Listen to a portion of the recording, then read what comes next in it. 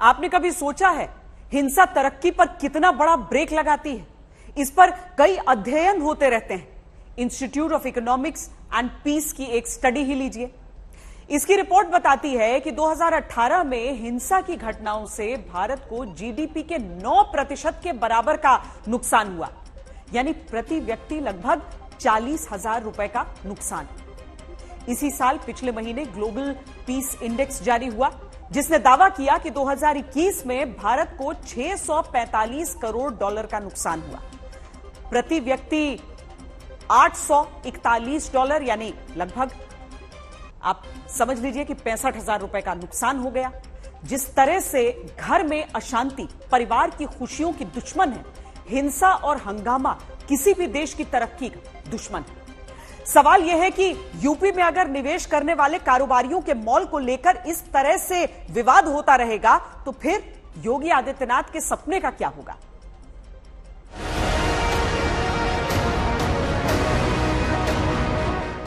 जून 2022 UP global investor summit.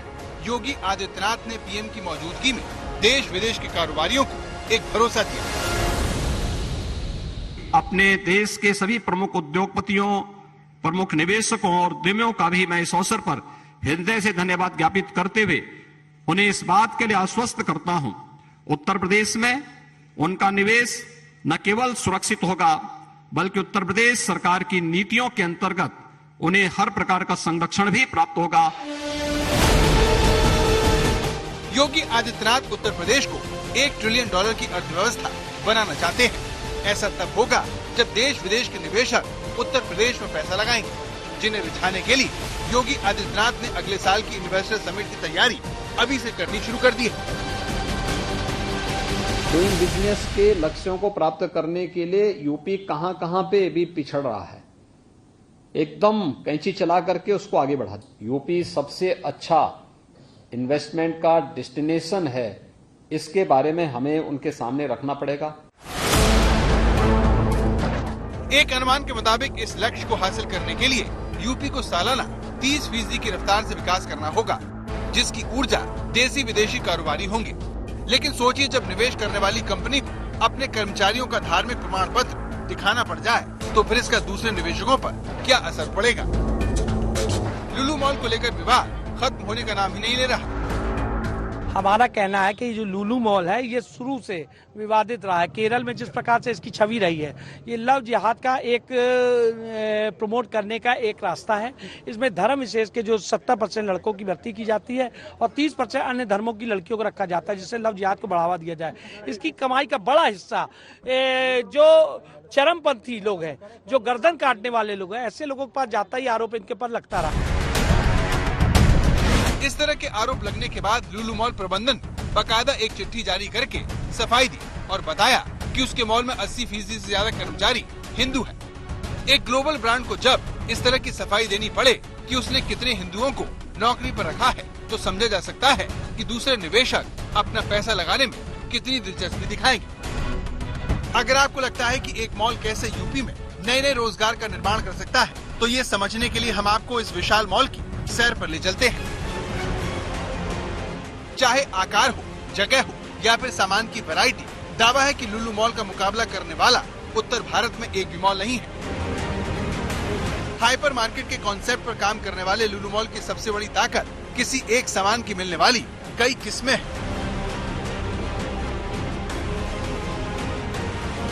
जैसे अगर आप इस मॉल में आम लेने जाते हैं तो फिर यहाँ आपको आम की एक साथ कई वैरायटी मिल जाएंगी।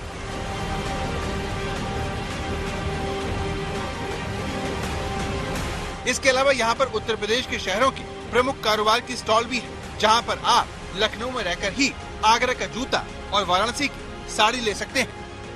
अब सोचिए, अगर ये मॉल अपने मकसद में कामयाब होता है तो उत्तर प्रदेश के अलग अलग जिलों के न जाने कितने लोगों को अकेला ये मॉल रोजगार दे सकेगा। लेकिन इसे लेकर तरह तरह के विवाद खड़े किए जा रहे हैं।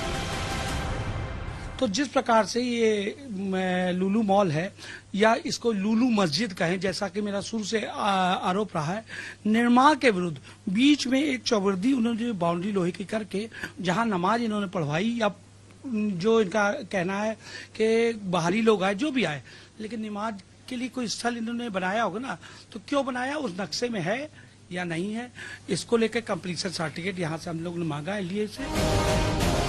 लखनऊ में लुलु मॉल की कामयाबी यूपी के बाकी शहरों में इसके विस्तार की नींव रखेगी। लेकिन अगर किसी निवेशक को इस तरह से परेशान किया जाएगा तो फिर मुख्यमंत्री के सपनों का उत्तर प्रदेश कैसे बनेगा, जहां पर लुलु ग्रुप ने एक बड़ा दांव लगाया है। लुलु मॉल के बारे में अफवाह फैलाई गई है कि ये एक विदेशी मॉल है, लेकिन हकीकत ये है कि लुलु ग्रुप इंटरनेशनल एक मल्टीनेशनल कंपनी है। इसका मुख्यालय भले ही संयुक्त अरब अमीरात की राजधानी अबू धाबी में हो, लेकिन इसके मालिक यूसुफ अली भारतीय मूल के हैं। वो केरल के त्रिशूर के रहने वाले हैं। उन्होंने 22 साल पहले लुलु हाइपरमार्केट ग्रुप की नींव रखी थी। इस समूह का कारोबार अरब देशों के अलावा अमेरिका, यूरोप, एशिया के करीब 22 देशों में फैला है। भारत की बात करें तो इस ग्रुप का सबसे बड़ा मॉल कोची में बनाया गया। इसके बाद बेंगलुरु और तिरुवनंतपुरम में सुपरमार्केट खोला गया, जबकि उत्तर भारत में लखनऊ में इसका पहला मॉल खुला है। लुलु ग्रुप का सालाना टर्नओवर 8 अरब डॉलर का है, जिसमें 57,000 लोग काम करते हैं। लुलु एक अरबी शब्द है जिसका मतलब मोती होता है। जैसे समंदर की गहराई में गोते लगाकर मोती हासिल किया जाता है, वैसे ही यूपी में निवेश करवाना मुश्किल भरा काम रहा है, जिसे बदलने के लिए राज्य और केंद्र सरकार भरकस कोशिश कर रही है। लेकिन लुलु मॉल को लेकर विवाद ने इस काम को और भी ज्यादा मुश्किल बना दिया है। समर्थ श्रीवास्तव, लखनऊ, आज तक।